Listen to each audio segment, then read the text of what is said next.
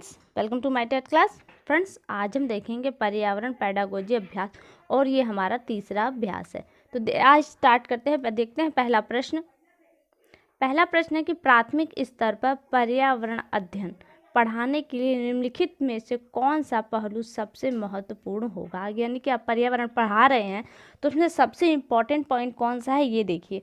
यहाँ पे पहला है कि आकलन में सफलता प्राप्त करना, विज्ञान की आधारभूत संकल्पना को समझना, और या फिर दिया है सीखने वालों को प्रकृति और सामाजिक सांस्कृतिक पर्यावरण से जोड़ना, और या फिर दिया है क्रियाकलाप संचालित करना तथा कौशलों का विकास करना।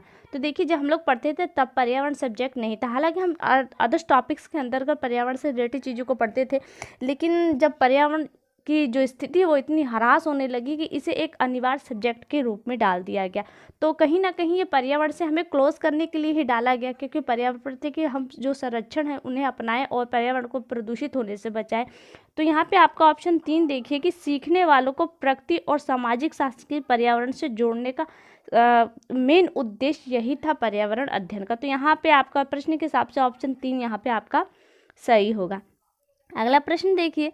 अगला प्रश्न जो लिया है वो आपके 2018 के एग्जाम में आया हुआ प्रश्न है। यहाँ पर है कि पर्यावरण में शिक्षण अधिगम में कक्षा में प्राप्त अधिगम को विद्यालय के बाहर के जीवन से जोड़ने और इसे समृद्ध करने का क्या तात्पर्य है, यानी उस तात्पर्य को बताना है। पाठ्य वस्तुओं से बाहर जाना, कहा जा रहा है कि जो आप क्लास में पढ़ाते हैं, शिक्षण अधिगम करते हैं, उसे विद्यालय के बाहर के जीवन से जोड़ने का क्या तात्पर्य है।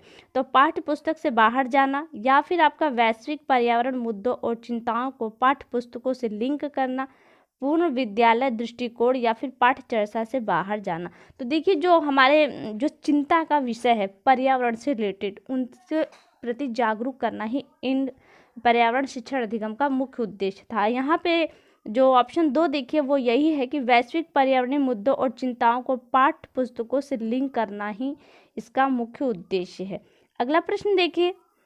प्राथमिक कक्षाओं में पर्यावरण अध्ययन को सिखाने सीखने में कहानियाँ एक महत्वपूर्ण पहलू है, और पर्यावरण अध्ययन में कक्ष में कहानी सुनाने को शिक्षण कौशल के रूप में सम्मिलित करने के लिए निम्नलिखित में से कौन सा सबसे कम उपयुक्त कारण है।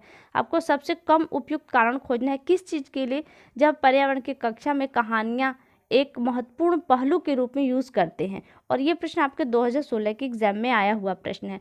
देखिए, कम उपयुक्त है, यानी कि यहाँ पे वो चारों पॉइंट है जो उपयुक्त है, जिसमें से एक पॉइंट ऐसा है जो कम उपयुक्त है। देखिए, कहानियों में व्यक्तियों के अनुभव शामिल होते हैं, बिल्कुल होते हैं, ये बहुत महत्वपूर्ण पहलू है अपने आप में। कहानियाँ अनेक विषय क्षेत्रों को छूती हैं, बिल्कुल छूती हैं। कहानियाँ कक्षा प्रबंधन में सहायक करती हैं, मेरे हिसाब से ये पॉइंट गलत है। लेकिन आगे ऑप्शंस देखिए। कहानियाँ पर्यावरण अध्ययन अवधारणाओं से संबंध जोड़ने के लिए संदर्भ उपलब्ध कराती है, तो ये भी पॉइंट सही है। तो दिया है कि कम उपयुक्त है, कौन सा है, तो ऑप्शन 3 की तरफ ये इंगित करता है कि कहानियाँ कक्षा प्रबंधन में सहायक करती हैं। अगला प्रश्न देखिए। अगला प्रश्न है यहाँ पर, पर्यावरण अध्ययन के संदर्भ में बोझ के बिना सीखना क्या बताता है। स्कूल बैग का कम वजन, या फिर ईवीएस यानी कि पर्यावरण पाठ्य पुस्तकों में अध्यायों की कम संख्या, और या फिर अवबोध का भार कम करने की ज़रूरत, या फिर है कि ईवीएस पाठ्यक्रम को आधा कम करने की ज़रूरत।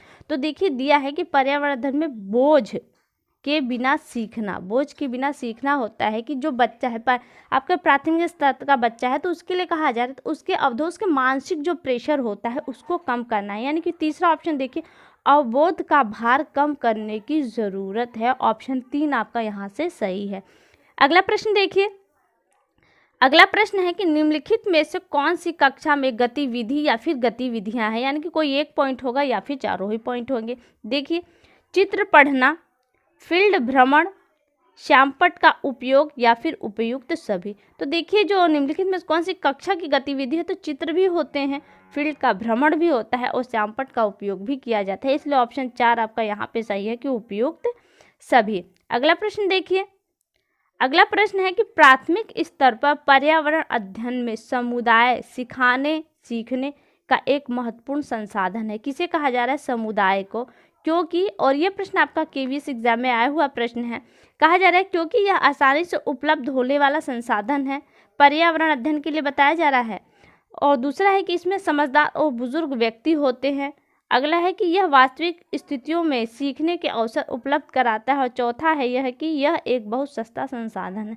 तो प्राथमिक स्तर पर जो पर्यावरण अध्ययन में समुदाय सीखने सिखाने के लिए दिया है तो वो ये पॉइंट है। तीसरा पॉइंट जाता है कि यह वास्तविक स्थिति में सीखने के अवसर उपलब्ध कराता है। ऑप्शन 3 आपका यहाँ पर सही है। अगला प्रश्न देखिए, और ये इस वीडियो के आखिरी प्रश्न है। दिया है कि शिक्षार्थियों का आकलन करते समय पर्यावरण अध्ययन की शिक्षिका को निम्नलिखित में से क्या नहीं करना चाहिए।